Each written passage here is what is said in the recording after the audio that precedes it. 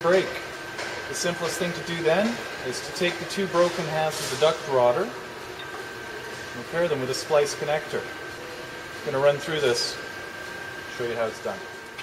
The first thing you need to do is clean the broken ends of the rod where it fractured. You just want to take a hacksaw. If you can clamp the rod, be better off. Cut it short, smooth and flat.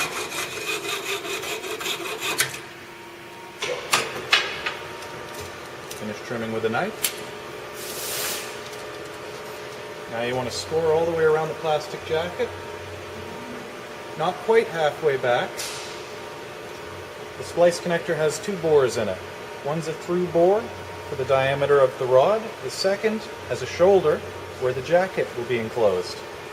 So cut back 3/4 of the length of half. So I'm going to cut back to about there. Mark it. Score the plastic jacket about 1.25 inches back for a 3/8 size.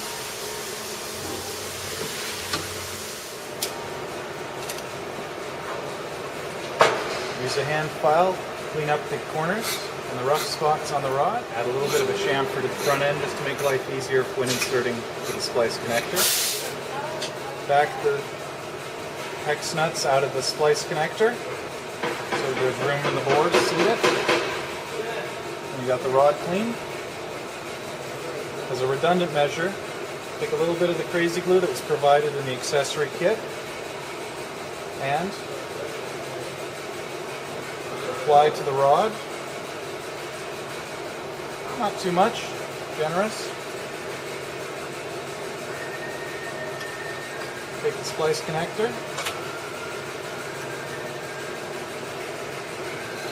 Set it over the rod. Rubber mallet can help here. Drive it home. You're aiming for about the halfway point. Mop up any loose crazy glue. Retighten the hex set screws, 4 on each side.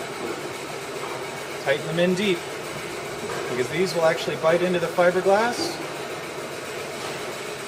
and give you a mechanical lock in addition to the glue. Take the other end of the broken rod that you've already cleaned up, work the two ends together, nice and tight. Tighten the 4 hex screws on the opposite side.